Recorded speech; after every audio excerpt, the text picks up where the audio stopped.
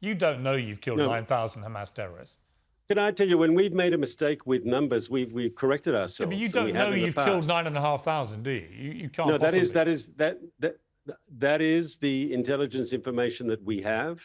We think that's an accurate number. It could be more, it could be less, but that's, I mean, people are always asking us for our numbers. If we don't provide them, people say, what are you hiding? Well, how many these are the best numbers I can offer. Okay, but just to push you on that, if you can be that precise about the number of Hamas terrorists, you must also know how many civilians you've killed. So how many civilians do you believe you've killed? No, but it's a little more complicated. If a Hamas fighter is wearing civilian clothes, is he civilian? If he's a 17-year-old man with an AK-47, a 17-year-old boy, I should say, with an AK-47, is he a child or is he a combatant? In other words, Hamas plays with the numbers. They want you to believe that they're all children, they're all women. No, Israel does not target innocent civilians. Israel does not target Gaza's civilian population. We target Hamas.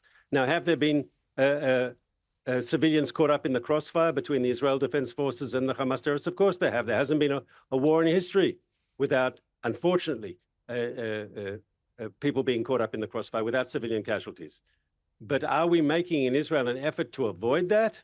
Of course we are. For us, every civilian death, that's a tragedy. But for Hamas, who deliberately uses Gaza's civilians as human shields, it's not a tragedy, it's their strategy.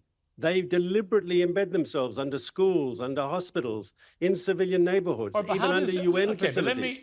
How does this war end? You know, only today, you had dozens of family members of the hostages held by Hamas, still well over 100 being held, storming into a finance committee meeting in the Knesset in Jerusalem, shouting, "You won't sit here while they are dying there." So nearly half of those hostages are still not being brought back.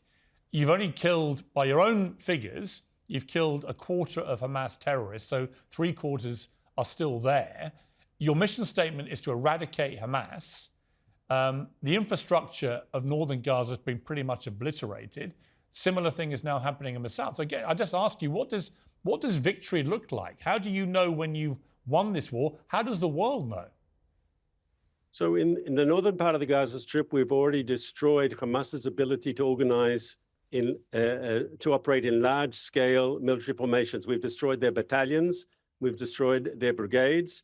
You still have the odd squad or two that can cause problems, but as an organized military force, Hamas does not exist in the northern Gaza Strip. In the coming weeks, we will achieve the same victory in the center and the south. And then we'll move into a campaign of counterterrorism, of counterinsurgency, because ultimately, Hamas will be defeated as a military machine, and Gaza will be free of Hamas as a ruling power. And I've said this before, we simply cannot live next to this terror enclave. Just as you wouldn't want to live next to some sort of ISIS caliphate on your border, we refuse to live next to this Hamas terror state on ours. Ehud Barak, who ran Israel, says for around 3 months now, Prime Minister Benjamin Netanyahu has prevented discussion of the day after in the inner cabinet. This is unconscionable. The IDF cannot optimise the probability of winning when there is no defined political goal. In the absence of a realistic goal, we'll end up mired in the Gaza quagmire, fighting simultaneously in Lebanon and in the West Bank, eroding the American backing, endangering the Abraham Accords and the peace agreements with Egypt and with Jordan. This kind of conduct drags Israel's security into the abyss. And he says this when Prime Minister Netanyahu's approval ratings are languishing in the early 30s, which is similar to President Biden's in America and is believed to be the lowest number of any incumbent president who's ever had to run for re-election. So these are bad numbers. You now have former prime ministers of the country demanding that Netanyahu resign. I suppose the obvious question is, why hasn't he? I mean, would it not be easier for everybody if he stepped aside now and let somebody new come in and try to guide this to a conclusion which can actually work? You know, it's interesting because I'm familiar with the polls that you cite and others. But the truth is as following. If you ask Israelis, do you support the war aims as articulated by the Israeli government, which is to have Hamas's military machine destroyed, to bring all the hostages home, and to destroy this Hamas-ruled enclave on our south, to destroy their political rule, you get overwhelming support from left to right to center. 80, 90% of Israelis. I heard today the leaders of the Israeli Labour Party. They propose no confidence in the government over economic issues, but they don't propose no confidence on the waging of the war and the war aims.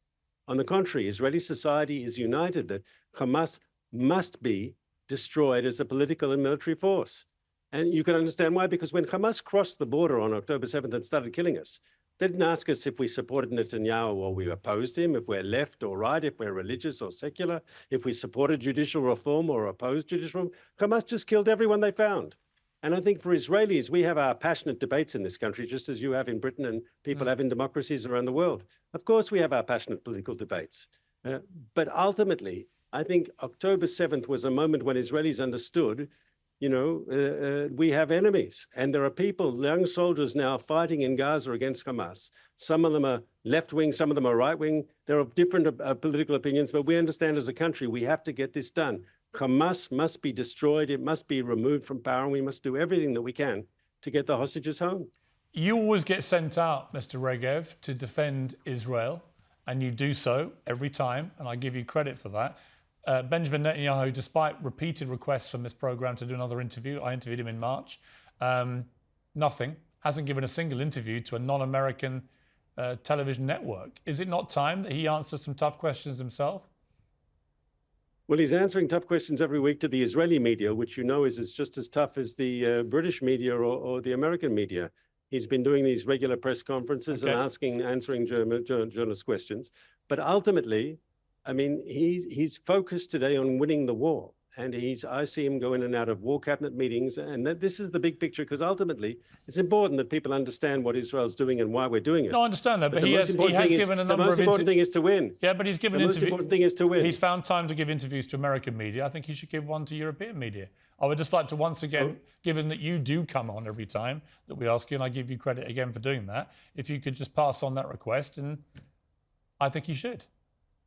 I promise to pass on the request, sir. Thank you. Good to talk to you, Mark Regev. I appreciate it.